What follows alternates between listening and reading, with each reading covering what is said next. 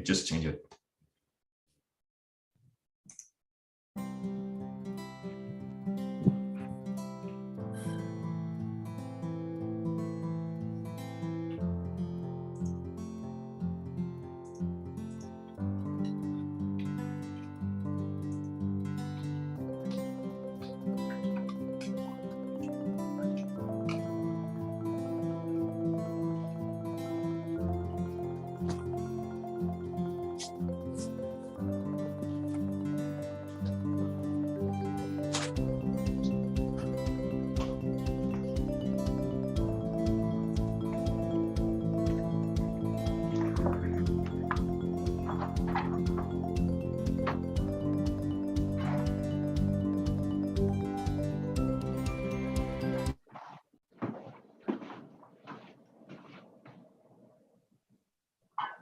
Good start. All right, welcome everybody. Good morning, good evening, good afternoon, depending on the place of the world that you are getting connected. So welcome to this panel. One second. Give me just 1 second. Sorry, I'm just putting all my documents organized. All right, welcome to this panel, an inclusive assessment of climate-related financial risk in the agriculture sector. My name is Alejandro Solis. I'm here in Costa Rica, so it's 5:30 a.m. I will just ask the attendees and everyone to put your microphone in mute while they are not speaking. So please. Please do so. This panel basically will be interactive. We'll have a short video and presentation at the beginning that will explain the approach that we followed, and it will have after that an open space and to conversation with the panelists, bringing different perspectives from the global perspective and global vision, and also going down to the farmer level, the financial sector level, and also the climatic data and technology level. So finally, we'll have time to ask questions to our panelists and then have an open conversation with all the invitees or all the attendees in this panel. At the end, we'll close with a brief summary of the session, and then that will be the end of the panel. With me, I have a great panel today. Lindbergh Smith. He's the program coordinator of the Belize Credit Union League, part of a key piece of this project and this approach that we followed and will be explained today. Melissa Almendares, she's the senior project officer at the Ministry of Agriculture in Belize, and also she has worked a lot and she has lots of experience working at the community level with the farmers. So she will bring also this perspective in the panel. So welcome, Melissa. Thank you for being here. Norman Avila, he's Guatemalan, also general manager of Meteotech, meteorological and climate startup based, yes, in Guatemala. And also Norman helped us on creating this CTAR, this tool that will be presented today. So Norman has a large experience working with the climate and meteorological data. And then he will provide also this perspective from what about the data? What about the technology and how this is important to bring in the mix?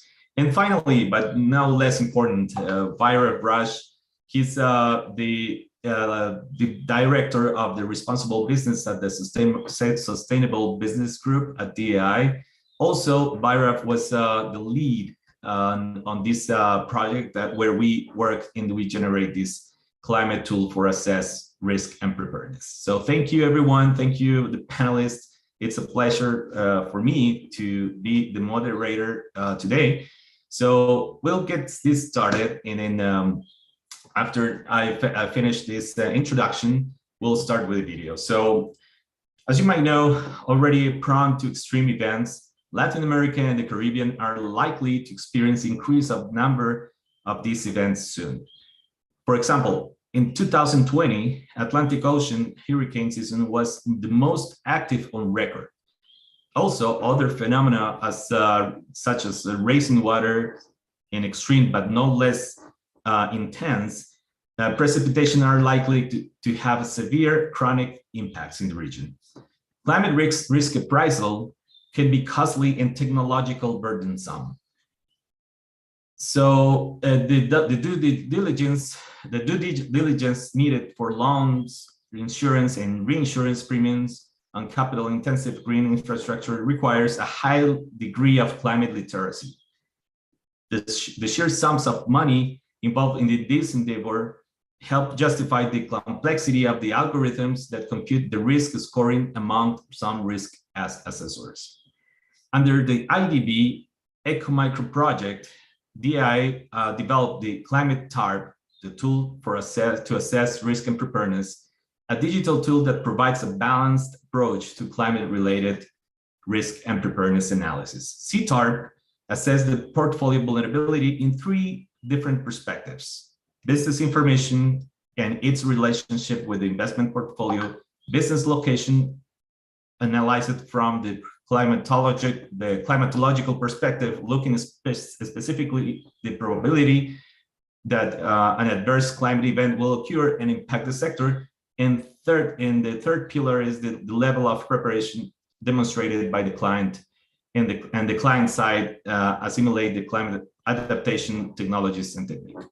Looking at TARP from a climate finance and agriculture perspective, panelists today will examine how the tools use of climate data made access to finance in the agricultural sector more inclusive in Central America.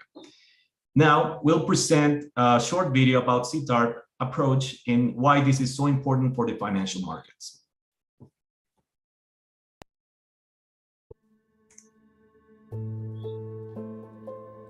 The surface temperature of the Earth has risen at a record pace in recent decades, creating risks to human life, ecosystems, and economies. Climate science tells us that further warming is unavoidable over the next decade, and probably after that as well. In this uncertain environment, financial institutions must act on 2 fronts. They need to both manage their own climate-related financial exposure and to help finance a green agenda, which will be critical to mitigate the impact of global warming. Climate risk management is imperative in both cases. Climate risk appraisal can be a costly and technologically burdensome challenge. The due diligence needed for loans, insurance, or reinsurance premiums on capital-intensive green infrastructure requires a high degree of climate literacy. Some risk assessors and lenders can justify spending large sums to develop their own complex algorithms that compute climate risk scores. But smaller financial institutions serving small and medium enterprises, SMEs, require another solution. DAI has designed a digital climate tool for assessing risk and preparedness, Climate TARP, for this purpose. 3 main pillars inform Climate TARP's analysis: information about the individual business and its relationship with the investment portfolio, geolocation of the business analyzed from a climatological perspective, referring to the probability that a climate-related event relevant to the sector will occur, and the business's integration of climate adaptation technologies and techniques at their place of business.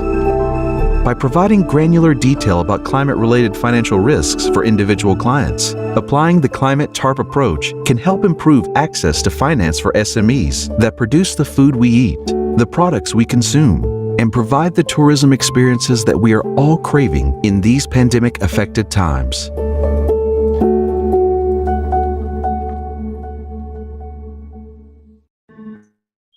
All right. Thank you, AJ, for displaying or showing the video.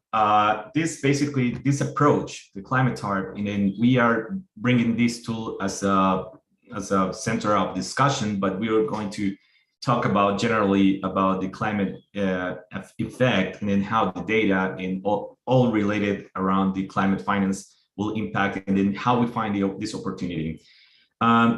This tool was implemented recently in Belize, and then today with us, Lindbergh Smith, he's part of the Belize Credit Union League, will present us their experience of using Climate TARP in all the organizations that they work with, and then what outcomes they got. So Lindbergh, the floor is yours.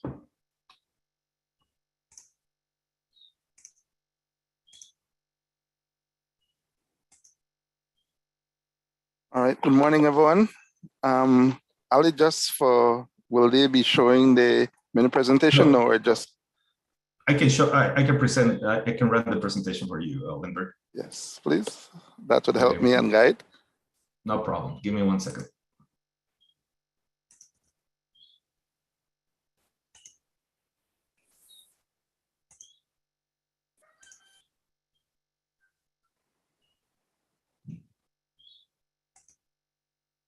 Can you see it? Yep, seeing it perfect. Okay, go ahead. All right, good morning, everyone. Afternoon, evening. I know it's quite an early one for us here in Belize, but yes, I'm presenting the Belize Credit Union League, who is the executing agency for this current eco-micro project within the Caribbean Basin. So I will be giving a quick overview of the league and a little bit of our experience on using the TARP. Next. Okay, the league is the apex organization which looks after the development and betterment of credit union in Belize. Total, we have 9 credit unions. Of the 9 credit unions, we have 2 that are closed, which is the Spanish Lookout and Blue Creek credit unions. And of the 7 credit unions, we have 3 credit unions participating in the eco-micro program, which is spread across the northern and southern part of the country.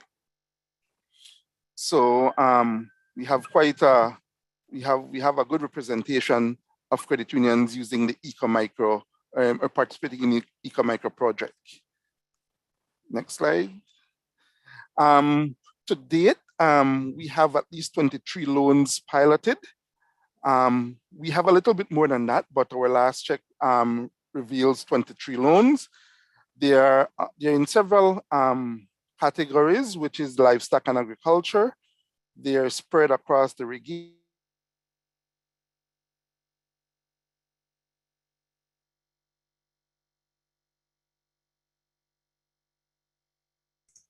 We lost Lindbergh, seems like. Right? 2 things, which is energy efficiency and looking at how to improve your agricultural yields. Next. For the farmers here in Belize, there are 3 main climate shocks that or vulnerabilities that we experience year in, year out, or year after year. And those 3 main vulnerabilities includes drought, sometimes extreme flooding, extreme climatic rain or rainfalls, and then the other one is wildfires. But of the 2, it's more drought and flooding that we experience, and these are all pictures you're seeing on the screen from Belize, which of droughts we have experienced in recent times. These are something farmers have to battle with every time and find ways to kind of avoid being hit hard with these climatic shocks. Now the farmers in recent times, because of these climatic shocks, sometimes suffer total crop losses. Sometimes because of having prior loans or previous loans, they are limited to financial access.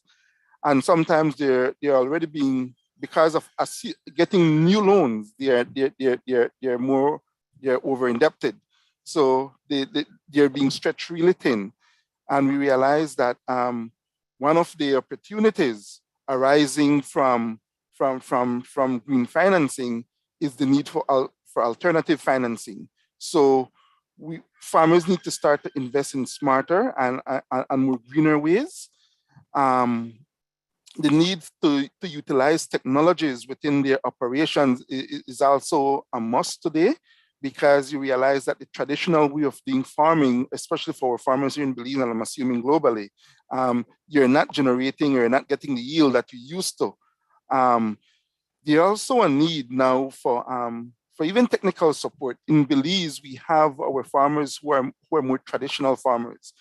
They have been doing this with their dad from they're very young.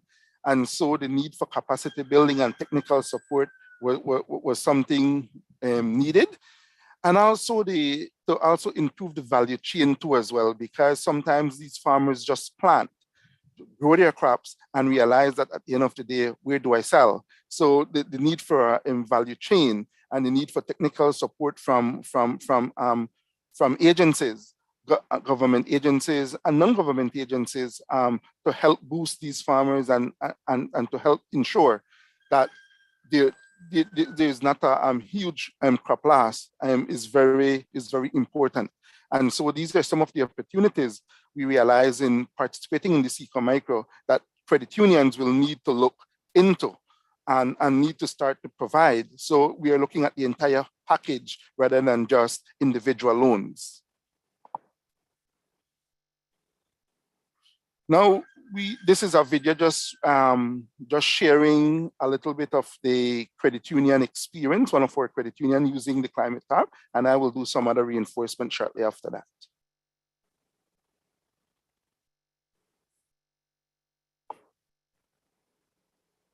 Have to have in consideration of job. For example, if it's for animal raising, he has to consider the well so that he can give water to the animals, or if it's in agriculture for the plantation, he has to consider irrigation. It's very important that he would have an irrigation system for his area.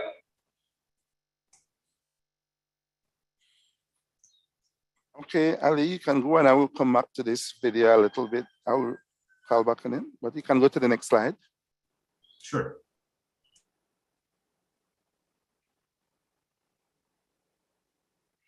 All right, that's just a short video showing one of our credit unions utilizing the tool. But some of the important thing with, or some of the most important points to consider using this tool or using climate tools is that it improves the decision-making for credit officers. So this tool was something real hands-on. Credit unions never had it before.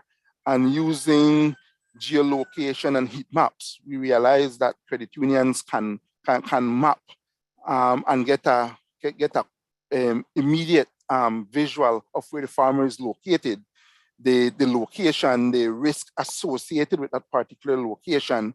And it helps credit union, it helps credit officers to guide members with respect to investment. For example, you realize that the video shows where the farmer was, the area the farmer was a high drought, was high risk for drought.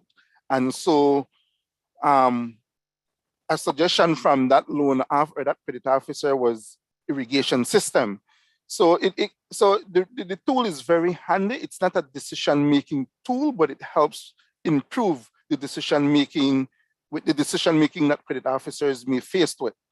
It also strengthens both parties' position too, because you realize that as a financial institution, you have to give out secure loans.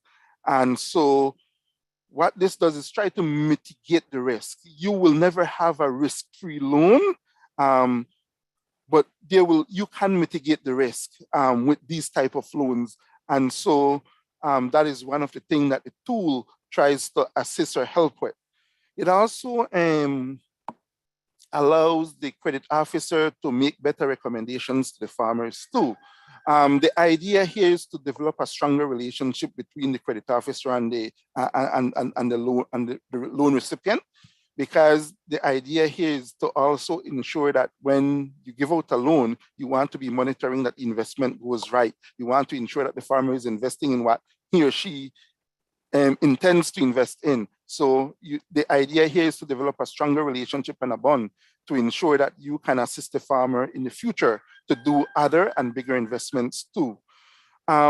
It also improves the FI's competitive advantage, because using climate risk tool is something is new for credit unions. I think it's also new for our commercial banks here in Belize, and I don't think our commercial banks are using any of these kind of tools. But what it does, it puts you at an advantage, because you have now information at your fingertips that you can use to improve your current position and what you're doing. Futuristic modification. While this tool is very important and while this tool is very good as is, there are some futuristic modification that can be used or if incorporated in other places. These are some of the things that you may want to consider adding or to have a better experience using the tool. And one of the things is to incorporate the tool into your core banking platform so it can be used across the loan portfolio. That's one of the things as is. It's not for us, it's not a part of our core banking, but once that is incorporated, it can do a whole lot more for you. Two, add other components or fields tables to show progress a farmer has made in a particular location, especially when it comes to applying for future loans, because as is, if a loan recipient goes back in for another loan or to invest in other green technologies, the tool at this point does not really track the investment on that particular area. And so if you're to incorporate tables to track those kind of investment, then the table will, the tool will be able to give you a different risk rating because it is showing that you're investing and doing much more. And one of the other things is perhaps a green financing app, which also improves the loan application process when applying for these kind of green loans, or providing tips to farmers and also providing weather updates on maybe promotions regarding to green financing, linking this up to the weather so farmers could have the weather at their fingertips too. So these are some of the things that maybe could be incorporated as this tool is being, maybe is being adopted by other FIs, you know? So these are some of the things. And also these are some of the considerations for us here in Belize too, as we look at the tool or strengthen the use of the tool and the utility of the tool as well. So those points to consider and some of the good things. Again, remember, it's not a decision-making tool. It's a tool to help you improve your decision-making from a FI institution. Thank you, Lindbergh. That was a great presentation, and actually that will open us to a good discussion. We'll have some questions for you, Lindbergh, in the next few minutes that we are going to have. So thank you for that. And yes, actually the technology will help us to support our decision. And then it's not a goal itself, it is a helper on that direction. Yeah. So that connect me into a broader question. We just saw the specific case at the credit union level in how this finance institution is using the tool and using the climate information to help and then provide alternatives options to the farmers. But let's take 2 steps back and then let's see a wider vision. And then for that, I will just ask Vairav to tell us why this is so important and why the climate finance, and specifically the climate assessment, the risk assessment, is taking more importance these days in the finance sector currently worldwide. Vairav? Fantastic. Thank you so much, Alejandro and fellow panelists, and greetings to all the listeners on this webinar.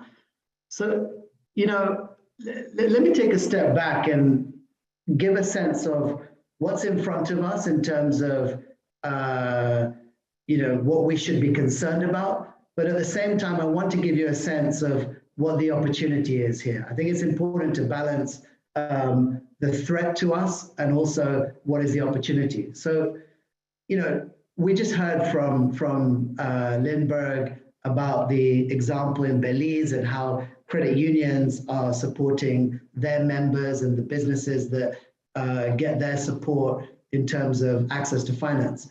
If we now roll out and we look at a global perspective, you know, there's so many parts of our world that are exposed to key sectors of the economy, for example, agribusiness, for example, tourism, where so many people are employed by agribusiness, so many people are employed by other sectors like tourism, and yet they are on the front lines of climate change. So they are in many parts of the world are in climatically inflicted zones, whether that is,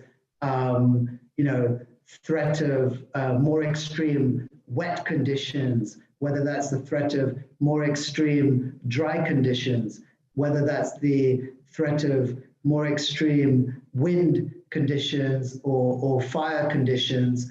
All of those have a direct implication on the ability of economies to grow and provide to their citizens what they need in terms of being able to prosper. So therefore, if we're now rolling up at a higher level, we need to have systems in place that allow more resiliency to take place. Now, if we move away from the Caribbean for a sec and go to a part of the world that I'm, also very familiar with, and from which I'm from, the African continent, it's interesting to remark that the 70% of Africans, quote unquote, are employed in agricultural sector, right?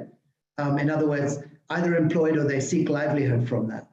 Yet, according to the African Development Bank, only 3% of all financial services and investment goes towards agribusiness.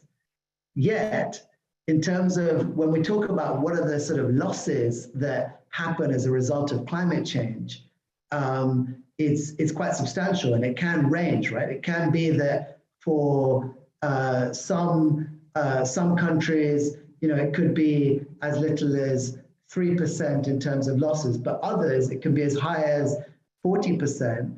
And I don't like to spotlight examples in case any listeners are from that particular country, but some of those, let me give an example. Madagascar is an island economy, very rich in large population, very rich in export commodities. Think of all the amazing ingredients that you have in all the things that you enjoy, whether that's cloves, whether that's cinnamon, whether that's vanilla, all of these things that we enjoy in our consumer goods.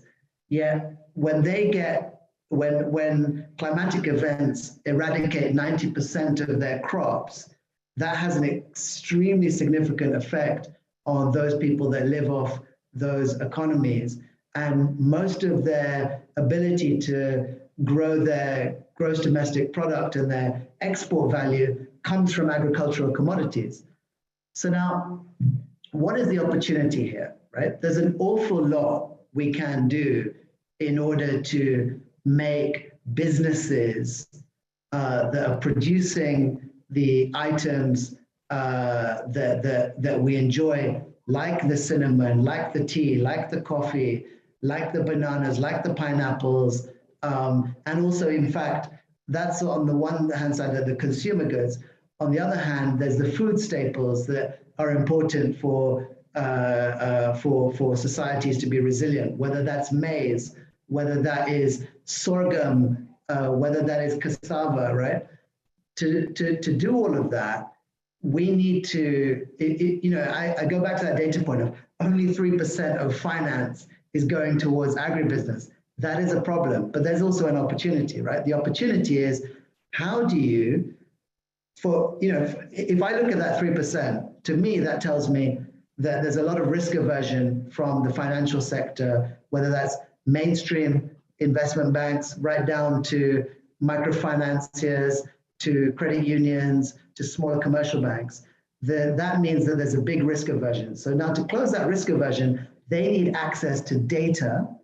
They need access to being able to information that allows them to make more bolder decisions that are data-driven and evidence-based.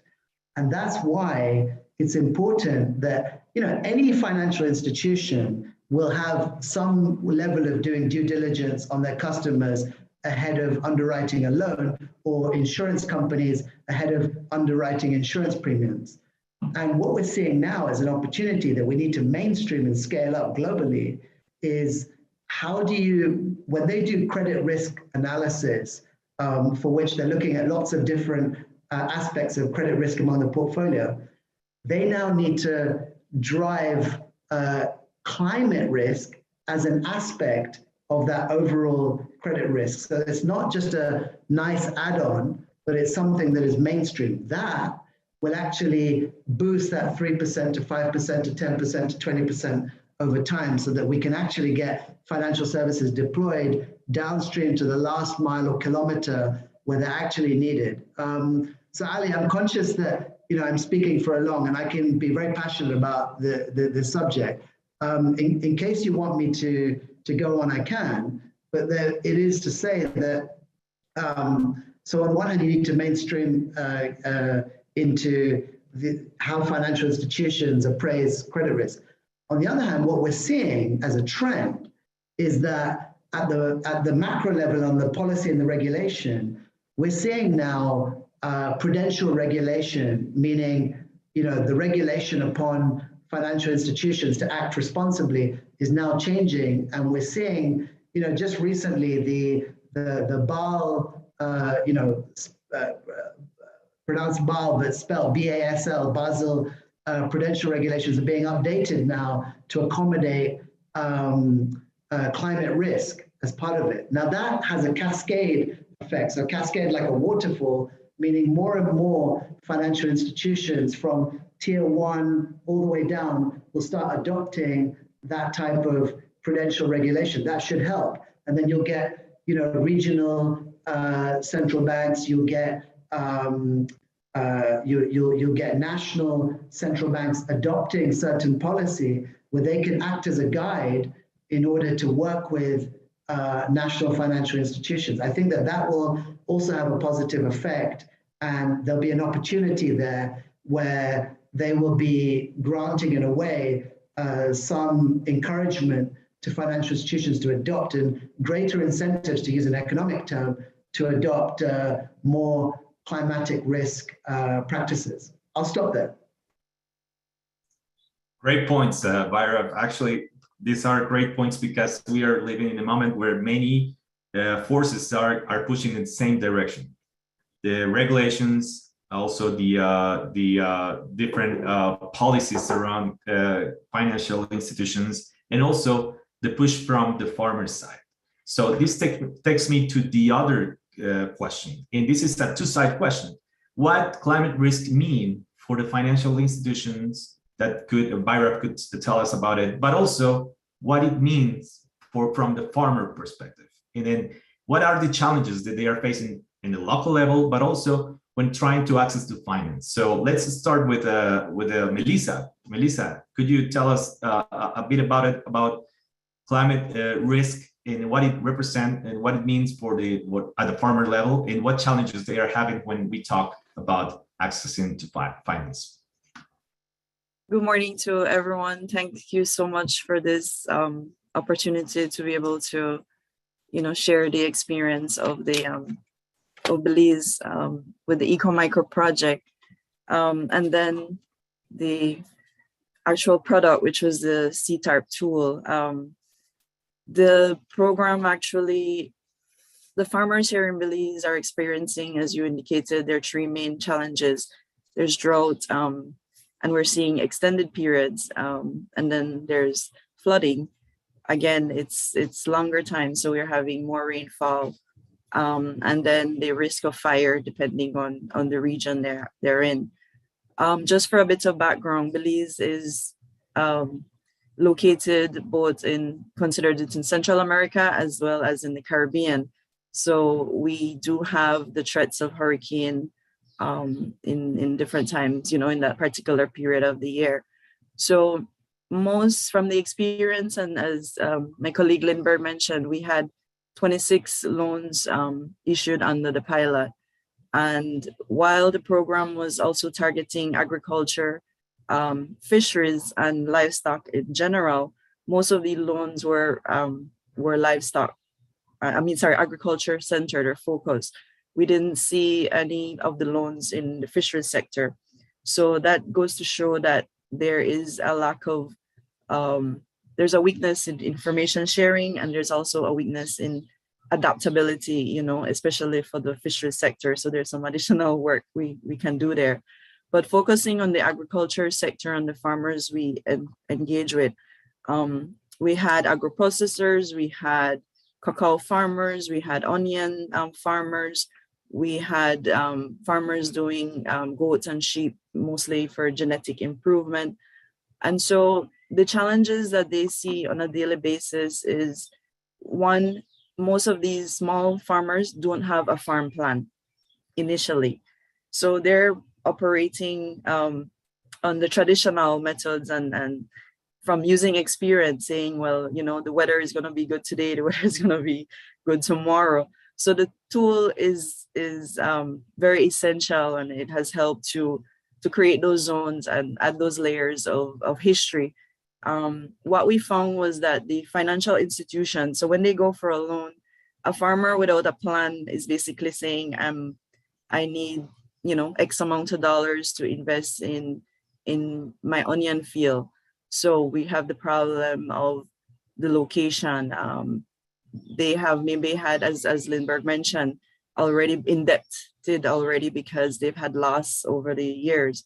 The extended rains and so on affect not only the crop, but the landscape, but also there's increased risk with pests and disease. And so those are some additional challenges that a farmer would not have you know, picked up or keeping a trend of as well. So the challenges continue in terms of reaching to your institution for financing, and then you're maybe asking for a $5,000 or $10,000 because you just want to replant, and you're not considering the challenges that you know, I will have water issues in the next few months. So that in the use of the tool, the credit unions were able to zero in and make some solid recommendation. It doesn't mean that the farmer takes on the recommendation, because it incurs additional costs for them to be able to make that investment. But at least they're able to sit down and have a conversation and to figure out if they really want to take that risk. It also then allows the credit unions to cover themselves, because insurance, farmers are not inclined in Belize. It's not a common practice to have insurance for their farm or their plots. So this is something that will help to strengthen that request, you know, for the policymakers to be able to make that be a priority going forward, given that we know what are the risks and the challenges that the farmers are facing. Additionally, the other challenge for farmers is the technical support. Extension service is pretty weak in the country. We have a zone of 6 districts in Belize, and limited to 4 to 6 extension officers within each of those districts. So that just gives you a perspective that they will never be able to reach these farmers on a one-on-one.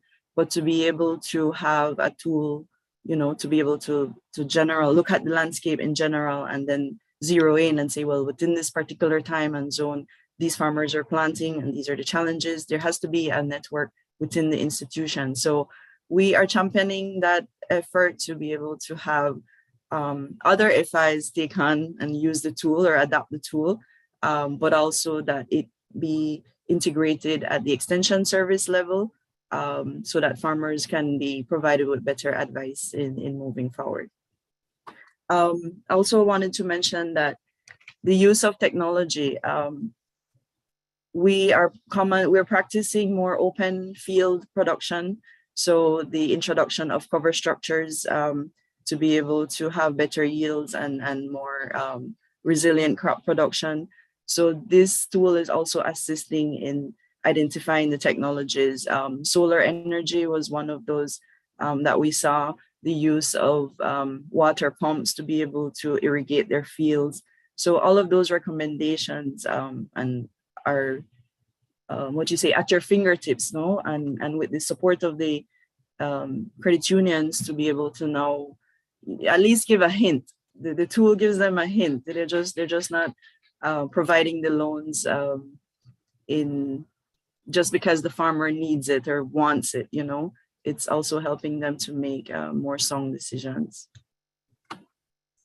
Great, great, Melissa. These are great also perspectives from the farmer levels, and then yes, definitely the tool in not only the CTAR, which is the case that we're talking here, but all the technology itself. It's helping, or it brings an opportunity to have access to better and more data. But to access to more data doesn't mean also that this will be quality data, and then this is something that we need to take care of. Lindbergh, from the CUs, the financial institutions, how the climate risk assessment, and you show us in the presentation how they are taking in specifically San Francisco Credit Union. This person, he was explaining how they are using the CTAR.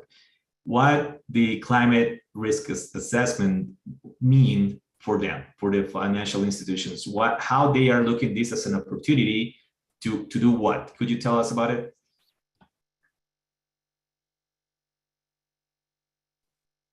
Yes, for sure, Alejandro. I think for credit unions, this is a huge deal. This is credit unions on a whole try to give loans that are secured, loans that are they want to ensure that they can that the member can repay. However, when we look at the agricultural sector, in recent times, we have been hit very hard with severe hurricanes. In fact, just I think a year ago, we have been hit with a prolonged flooding, especially in the northern and the western part of the country, where we have seen communities inundated for weeks, and crops being lost by the millions.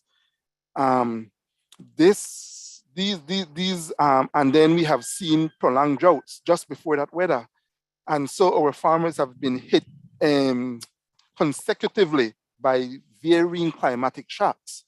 And this really put farmers in a huge, in a battle for to rebound, and also to gain back balance, and to also seek additional financing. Now, for credit unions, without the use of this tool, or without this tool, we had to rely on what the farmer was saying. We had to rely on our best judgment. We had to rely on maybe doing some field visits from time to time. And sometimes with some of these things lacking, we take huge risks. We just lend, and we realize that sometimes the loans were not being used for what they really wanted the investment for. Sometimes we realized that the farmer invested, but guess what? The funding they requested were insufficient or inadequate, and so needed more financing, and they were not in a position to access more financing. And so what this tool did for credit unions was the fact that it helped to kind of bring risk into more perspective, bring risk into more focus, and kind of have credit union have a more grasp of what the situation is on the ground, linking climate to lending. And I think that's a huge advancement for our credit unions here. So while the tool provided some kind of guidance with respect to risk, it kind of tried to link risk based on your geographic location. It put credit officers at an advantage in the sense of providing guidance to loan recipients or prospective loan recipients. It kind of put credit officers at an advantage with respect to providing maybe better and more sound advice and guidance to farmers with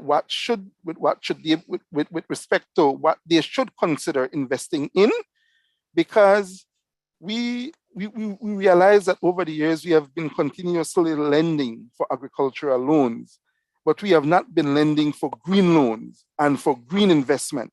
And so a lot of farmers are already being over-indebted with loans in the sugarcane industry, in the livestock industry, in the greens industry.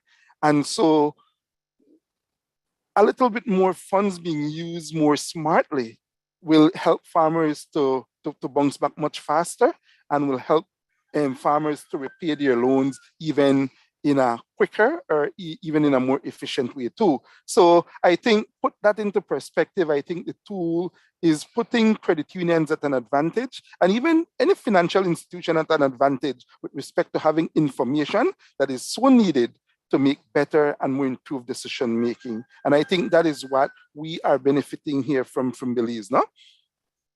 Yeah, thank you, Lindbergh. That's great. And then actually, this reminds me this Miguel Angel art piece, the Adam's creation, where both worlds are touching each other. The climate science and data, and also the finance, which for several years has been very separated or very far away from each other, right?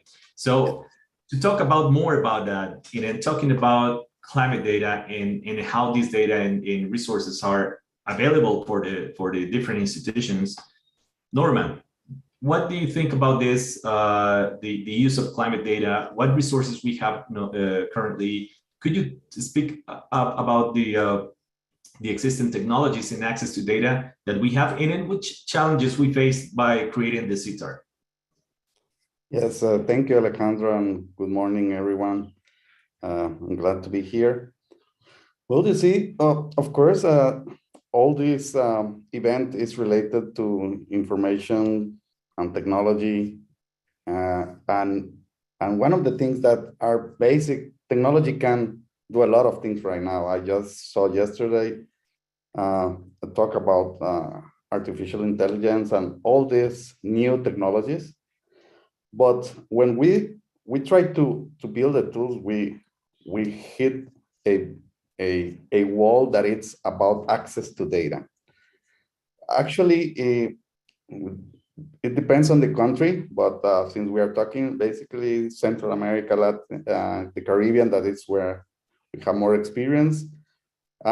We know that there are some data related to risk. That's, I think, is the most important for CTAR, risk-related data, but usually it's not in a format that is accessible, or is not centralized, or maybe it's regulated. And I want to point out something that Byra mentioned in his talk about how assessing risk with evidence base. And I think climate data and risk data, it's the most objective evidence base that we can have, because it's not biased to some interest, or it's what it is. And even some people think that climate change is a myth. We remind every season, every year, that this is happening, and it's imperative to try to build these databases. So yes, data is important, but accessible, manageable, and to be able to apply. And that's what we have tried to accomplish with CTAR, of course, with what Lindbergh mentioned about what could be the evolution of this kind of systems. It's, again, we get back to data. And so the most important data is long-term data in case of risk, related to risk. So for example, in the case of Belize, that it's what the tool that are currently deployed in Belize, we work with a 25-year return of flooding for Belize. So this is not just the amount of rainfall, but excessive rainfall in a 25-period return. This is like a first approach, but of course there is some better ways to generate this data. I think that that's something that, of course, is not CTAR the one that has to build this kind of data sets, but try to advocate in terms of getting this kind of data. The fire and drought, the fire, it's, I think what we talk here, it's really usable in terms that it's prone of the kind of of terrain and this. And drought, again, it's based on long time series. So it's long periods, more than 10 years when we have recorded drought. So of course, this data is based on history, and this is important. But again, taking into account climate change, we cannot assume that these 25 periods could not become 5-year return periods in the future. So that think it's challenging to even get and prepare more data. So I think that data is important, but in an accessible and manageable way. And also we in CITAR, we try to prepare the data in order to be easy for the officer. I'm glad that what he mentioned in this short video about how they can interpret a map with a scale from 0 to 5 to know that it's a low risk or a high risk. Even, of course, the data didn't came that way. So that's something that is important. And the other thing that I am glad that CITAR has been used to is, as Lindbergh mentioned, he mentioned that it's the first time that a tool that knows where the members are and where their projects are. So these are things that, from a geo perspective, we are that in this kind of data, it's like basic, but it seems that there are still some opportunities there to enhance this kind of system, not just to know their name and their references and everything, but location is important, and of course in this kind of tools is important. But data is also an issue, always an issue, Alejandro. Definitely, data is an issue, and actually this is I think this is an issue that we faced worldwide. In many of the projects that where DI has worked as well, has started with that challenge of accessing to data, which data sets we access, but also what type of quality of the data we get, because we use historical data, which is observational data, and then these data sets are like, let's say, the best quality we can get. But now there are also some climate scenarios that will bring us to 10, 20, 30 years. And then this, as you mentioned, we have these climate scenarios has different models that could take one way or the other. So this is uncertainty. Well, seems like to be a little bit of uncertainty associated with that. So let's talk about the opportunities. We had this experience with CTARP, with the climate TARP, and then what is next? I think Lindbergh mentioned that it will be good to connect the banking platforms and the financial institutions platforms with the data that already the CTARP is producing. So how do you envision that, Norman? How do you envision the interoperability of the data using the climate risk and in the existing data that CTARP has? I think that the first step is already done, and try to construct this tool, a tool that financial institution can manage, and with a certain framework where they can decide which questions and assessments to do based on the sector. The climatic and risk data that, of course, is objective, as I mentioned, objective in terms that is what it is, and it's not something that has, the problem still is how to collect it and standardize, but that's something that I guess with some level of work we can accomplish. And maybe the next step is to advocate on these practices for other financial institutions and businesses, maybe through building an API or something that could easily connect systems from one institution to the other. Since we have location, we can have like a objective assessment, because the tool has a subjective assessment that is based on the questions of financial institution. But this objective assessment in terms of climate risk, in terms of vulnerability, in terms of maybe start to build. We have mentioned in the talk with the stakeholders that risk information is important, like the first key decision point, but then short-term forecast, not maybe, when I mean short-term forecast is seasonal forecast for certain crops. So this is something that could be built on a system that then can be used as a service or an API that connects to different sectors. If it's for rice, for example, it's some information. If it's for livestock, it's other kind of information.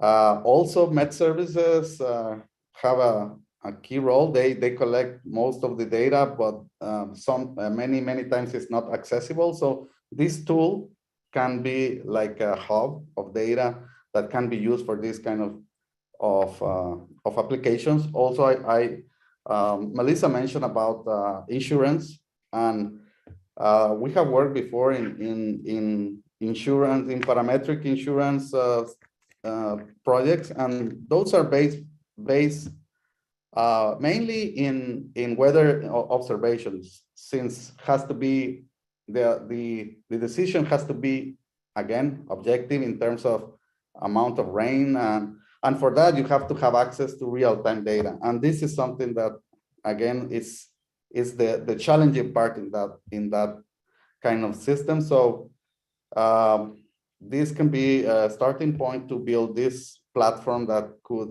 provide this kind of services to different sectors like insurance, like credit unions, or other things. And I have since you mentioned what could be the future, again, I'm really like music when Lindbergh, to my ears, when Lindbergh mentioned about maybe in the future an app. I think that an app based on this could serve the financial institution for giving the tools to the farmer for a self-assessment. Since this financial institution made their assessment before, they grant the loan, they have to use the app in the future, and they have to make a self-assessment with the same tool that is received by the financial institution. They can send advice through the app for weather information. But again, this is something that it's easy to say it, it's just ideas, but we have to have these connections with other sources like the Met Service, like weather models, like the climate scenario that you mentioned. But this is, I guess, at the start of a platform that could deliver this kind of information. That's, I just want to point out about that. Totally, Norman. And actually that brings me also to that individual responsible investment based on climate information. So maybe Vaira, just thinking out loud and thinking about the future, how do you envision this type of tools? Usually the access for these credit unions, accessing these tools and these solutions became to be difficult. And also sometimes these are not, at the fingertips for them. And then in this experience we had, we noticed that this was a great opportunity also to create this type of products. How do you envision the model of providing these solutions, getting close to climate information with the risk models in these institutions? Absolutely. So, you've heard a lot on this panel already, echoed by Melissa, Lindbergh, Norman, this idea that it's really important to overcome these barriers to access such a tool. It needs to be customer-centric in its design. Also, and that would speak to Norman's wish that ultimately in the future, you do the self-assessment, right, by being truly customer-centric. But even before you get to that, there's still a long way to even solve how do you help the staff, the loan officers, for example, the financial institutions, to easily be able to use a tool and not be intimidated by the climatology, the scientific aspects. Like when someone hears climate risk, they think, they panic because they think, oh, okay, I need to know the ins and outs of climatology. I need to know how this heat map works, or No, actually, it's all about how do you make that accessible such that, most people can use it. And what we were hearing from, the video that Lindbergh showed is that, the credit union managers, loan officers, they're now converted into being able to demonstrate and train others within the credit unions to use this tool. If we take a step back and we look at the market, right, there's lots of different tools out there for different people, depending on what they're wanting to do. So, there might be investment banks that are wanting to put millions of dollars into the next green infrastructural project, in which case they need a climate risk assessment tool that has very different information to help them make that big investment decision of multi-millions of dollars, right? And so they may need to be computing more complex algorithms and so forth. And so all I'm saying is that climate risk assessment needs to be proportionate. That is very different to what Melissa was speaking about of, okay, members or clients of a credit union wanting to now think about $500 to $2,000 of capital investment for a climate cover structure, a structure that protects their crops and allows them to then grow more yields, etc. So, I think it's very important to bear that in mind of really making it accessible. Now, the other feature, and Norman spoke about this, is one thing is you have all the data and you have the information, but to really move the needle, or to use another expression, for the rubber to hit the road, it needs to be interoperable with their core banking system so that they're reading off one system in terms of making their loan decisions or their insurance underwriting decisions.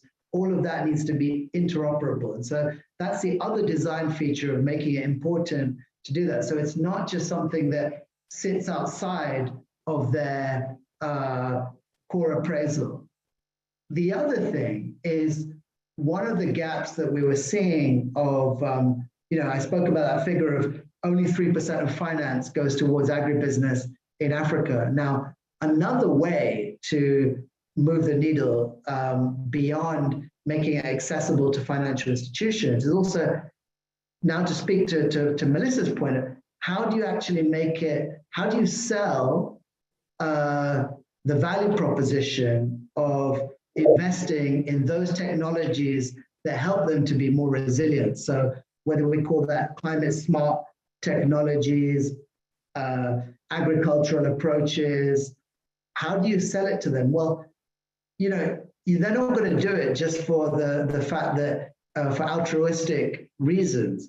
They're going to do it for one of two reasons, in my opinion. One is that they want to make savings to their business, or to use Melissa's example of the cover structure, a cover structure is brilliant. Not only does it protect them from the impacts of climate change, guess what? It probably, if done well, increases their revenue, right? Because instead of growing 2 crops in a season, maybe they can grow a 3rd or a 4th crop by virtue of being protected, right? So, always looking for what is the business proposition for the customer is really important. That's what will actually move the needle. So I'll stop there. Yeah, I would like to hear from Melissa, her thoughts, because I'm looking at her face and then she just imagined the future. So Melissa, how do you envision this future on the farmer side, accessing to this better information and then accessing to specific products or services in the finance sector to improve productivity, or as Vyra mentioned, improve efficiency and make savings on his or her business? Can you tell us about it, please? I guess in gathering data and visiting the farms, it wasn't like, as you said, climate change is not just a buzzword anymore. It is real. And I don't think that a lot of our farmers, you know, and even in general, people in general take it, we're taking it for granted and thinking that, you know, oh, the weather is bad today, you know, it will get better, that kind of thing. But yes, it's about productivity. We visited some farmers, for example, who lost their entire acre of onion. So their investment, you know, they're how do you say, they become, they get frustrated. They may not go back into planting onions again, or they just quit altogether, you know.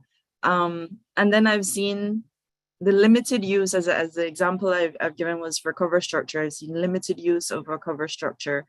I myself can speak personally because I've gone into the farming thing as well. And for me, it was a no-brainer. I live in an area where there's definitely flooding. And then there's the risk of drought. So why would I want to plant go into the sweet pepper crop? And so I made the investment of a cover structure, and to have 200 plants in a structure that's 20 by 60 feet long, and to be able to have 2 or 3 cycle production, and to see a farmer, you know, doing 2 acres, and the challenges that he's facing with the pests, the management of those different factors. With that structure, we're able to have a water reservoir.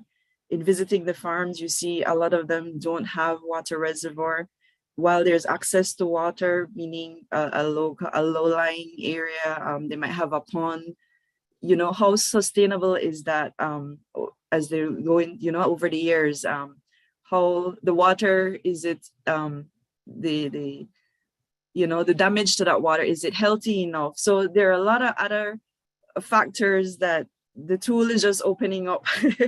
It's just starting to open up some of those areas. So on Norman's perspective, I would just like to see other layers added to that, not just the flooding and the drought and so on, but also the actual technologies that would work. So for now, the credit union officers are only able to pinpoint, okay, you're in a particular zone that has these threats, but the actual recommendations, and those can only come from actual a science base and actual practices, and to see what's available in the country. Then when you think of the farmer and their costs, it's always prohibitive because of the investment. So we need the institutions, we need the credit unions to be able to take that risk as well, and to know they have to have some confidence that the technology the farmer will be investing in, you know, will make a difference and will allow them to be able to pay back that loan within reasonable time. So that's from my perspective. I would just like to see more of the technology being included in the recommendations, and to give farmers a more sound, you know, decision as to how, because as you said, it's to make a $10,000 investment in a structure. Initially, they don't see the benefit, but over a period of time, it just makes your life much more easier. And, you know, we're doing it the old school way. And so we need to improve and adapting those technologies. So we recognize the threats, we know what the risks are. So we now need to tag the technologies onto that. Totally. That's a great point, Melissa. And then we need to see the credit unions to take the risk, supported by good data. And definitely, sorry, I will get with that. We are going to open space for questions from the attendees, and then also if there are questions from the other panelists to panelists, so we can have it too. So I don't know, AJ, if we have some questions, the people here watching this session could just send the questions in the chat to any one of the panelists, and then we can start driving these questions. Okay, we have one first question. How is the program being scaled up? For example, are there other banks in Belize taking the tool and using it, or has the project stopped after the first set of credit unions use it? How is the tool being scaled? This was asked by Hujat Nadaraja. Sorry, I'm Latin and I'm bad on that. But I think this question could be answered by Byra first, and then maybe Lindbergh could also chime in there. Byra, you want to take on this? Excellent. So to answer this specific question on Belize, the pilot has been 3 credit unions in Belize, but the Belize Credit Union League, represented by Lindbergh, is a massive league insofar as, and Lindbergh will correct me on the data point, but in terms of financial inclusion, not in terms of asset value, but in terms of financial inclusion, it's responsible for between 45 and 50% of the population. And there's many more credit unions beyond the 3 credit unions supported in this pilot. So one aspect of scale would be beyond these 3 credit unions in the pilot that are brave enough to really work hard and adopt something new.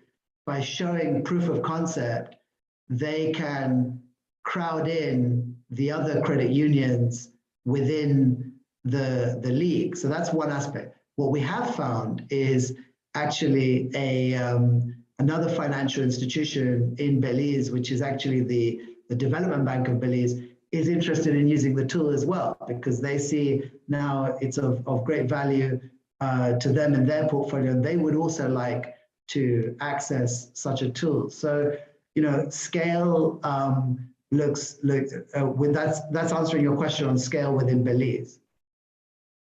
Lindbergh?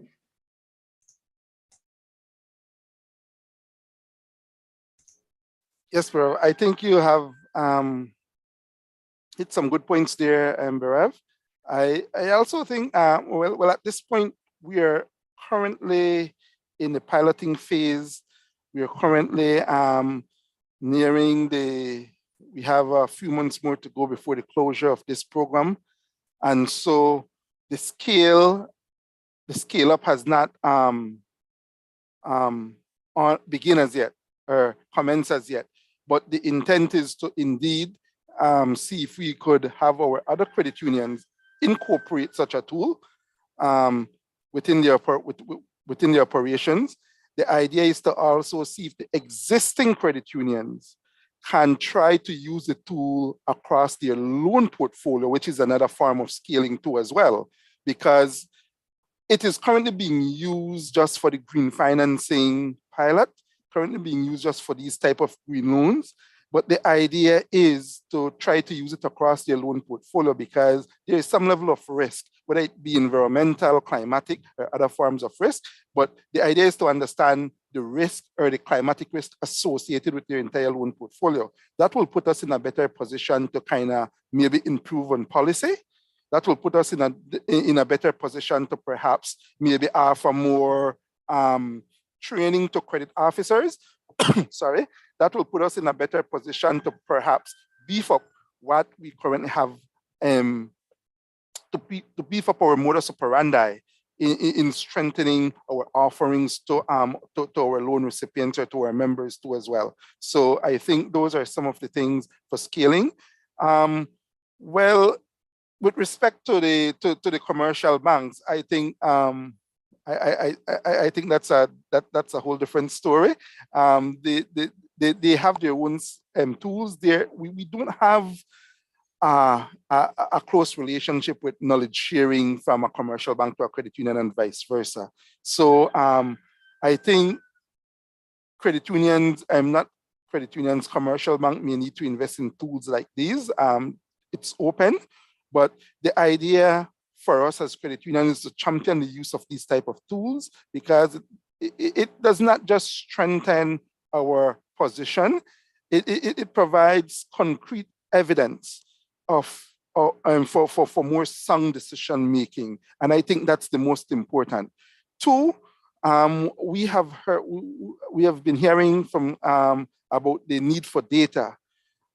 the trend, when we look at it, was once upon a time was the speed of service, how efficient you are, the need for more attractive services. Today, and in this age that we're in, data becomes the new weapon. Data becomes the new ammunition. Data is now something very valuable, because with data and having different data sets at your fingertips, you will be able to make, to kind of innovate. You will be able to bring out innovations, develop new type of products and services that you might, that these members might need. And so the idea of just having data at your fingertips is one, but the most important thing of having those data is the analysis of those data. What is that data saying to you and to your FI, so that you can transform that data into a weapon that you can use to even develop greater competitive advantage. Since I'm here, I just want to also add that when we're thinking risk too, one of a very attractive component of this tool is the fact that it assesses the loan recipient knowledge with respect to climate.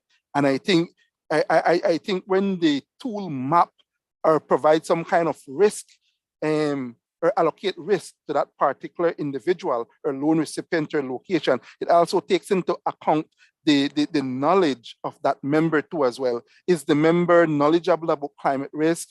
Is the member knowledgeable about his or about the type of investment he or she will undertake, and things like that? And based on the type of answers that you as a credit officer input into that tool will help shape the kind of risk allocated to that individual loan and that individual a member. So over time too, what this tool will allow you to track from an FI standpoint is the knowledge base of your members.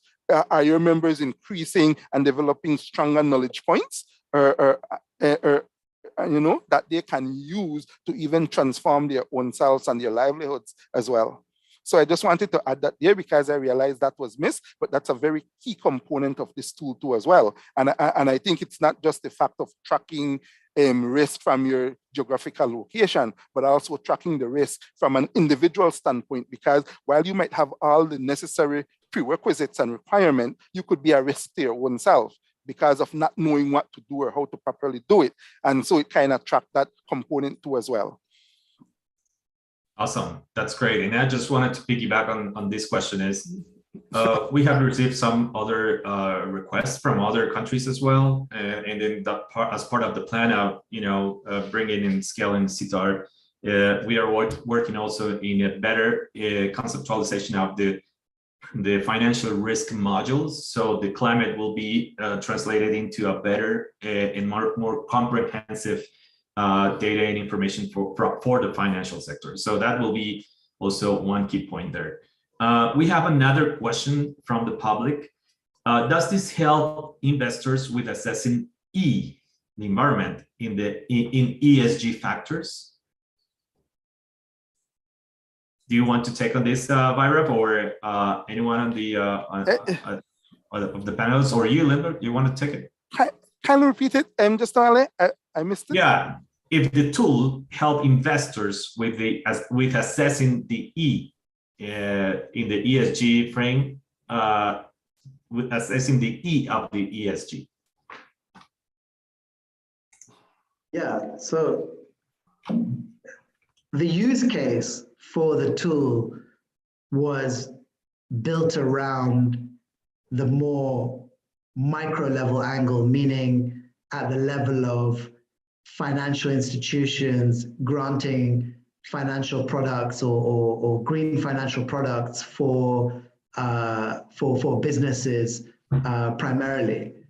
Having said that, there's multiple use cases for the tool. There could be use cases for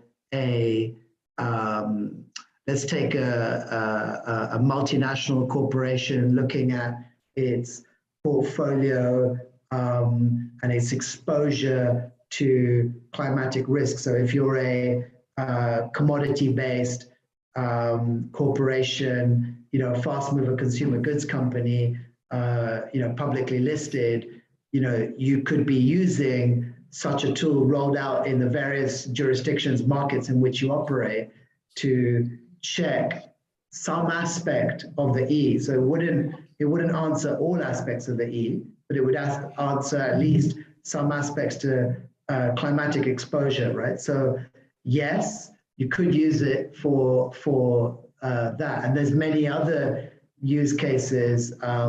Alejandro, I mean, you could speak to many more use cases, but yeah, I would say in principle, yes, but its original design was not around ESG screening, but it's an interesting question because I think it could be adapted for that use case.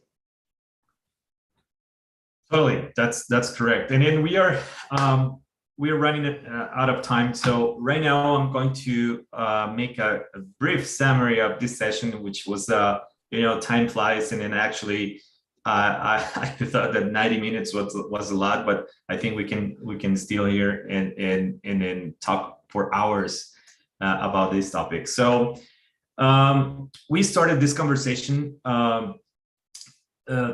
talking about the experience of the CUs. Lindbergh bring us some all the experience around the use of this climate TARP and this the approach with the credit unions, bringing some interesting perspectives on how they are using it and how this tool was incorporated, and also talking about the futuristic products that this tool could offer. Bhairav also mentioned that this, we need to see the overall picture where, for example, 70% of the Africans employed from the in the agriculture sector, only 3% of them have access to financial services. So this has to be changed, and this with information and with the correct information, we cannot build a boundary or build a wall to the access to finance, and build it. The tool will help us on building alternatives to lend and then have access to finance. Also, it was mentioned that the opportunity is to make businesses producing all the products that we consume, actually. So we need to ensure that the finance is flowing correctly and in a safe way. The financial institutions need better access to data and information to make better decisions, and that was also something that Bhairav mentioned.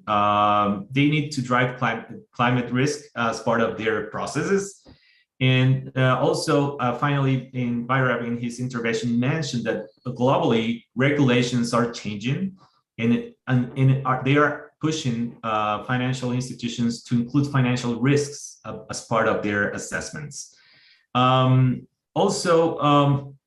Melissa speaks some about the most farmers don't have a farm plan to operate in.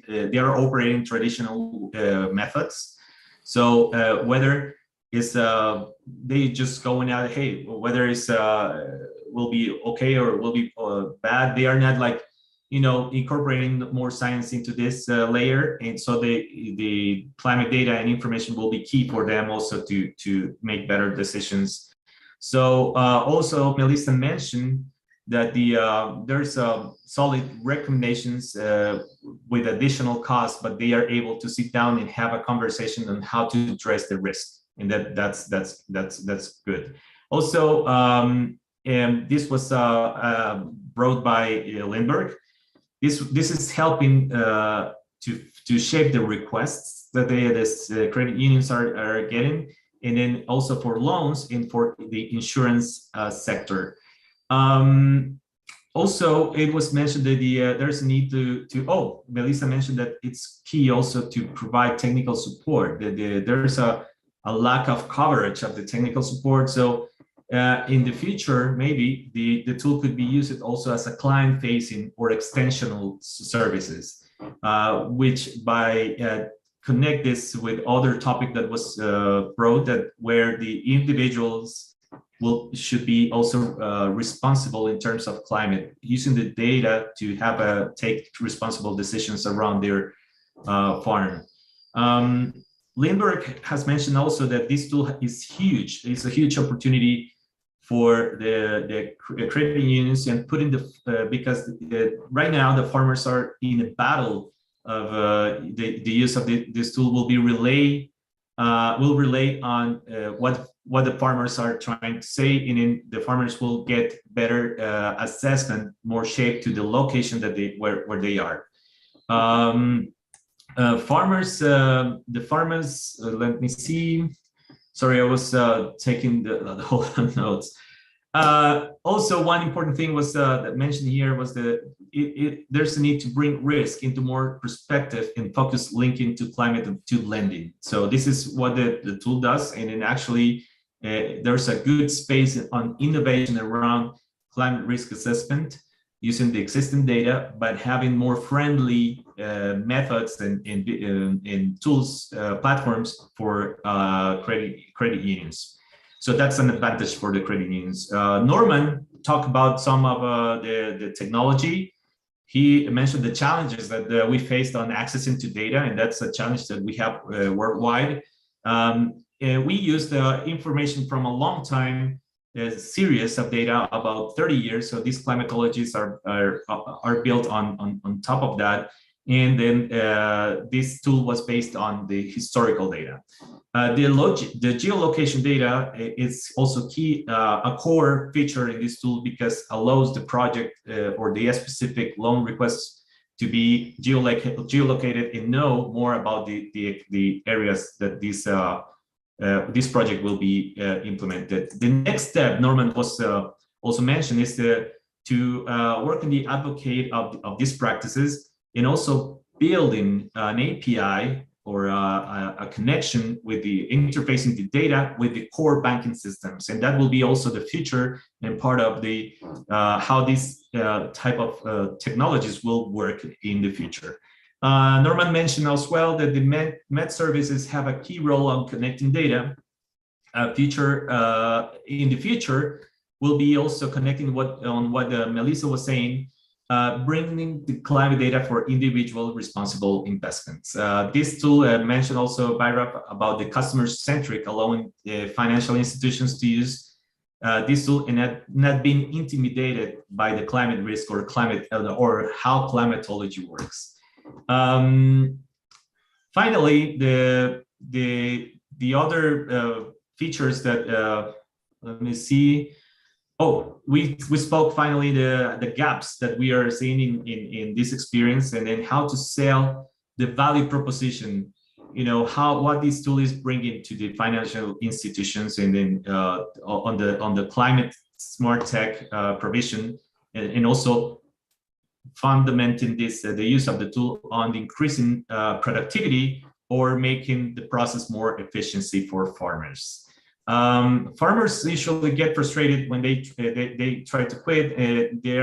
For example, Melissa brought the example that she invested in the cover structure to have a better access to water reserve, and then make it more sustainable her business. And then this crossed by a good use of data and information. All right, I will finally close with with this phrase, which I really like. Well, two actually. One is allow the CUs, allow the financial institutions to innovate and providing new and better services. The use of climate data for risk assessment basically provides a wider spectrum of services and products for the farmers and for the agriculture.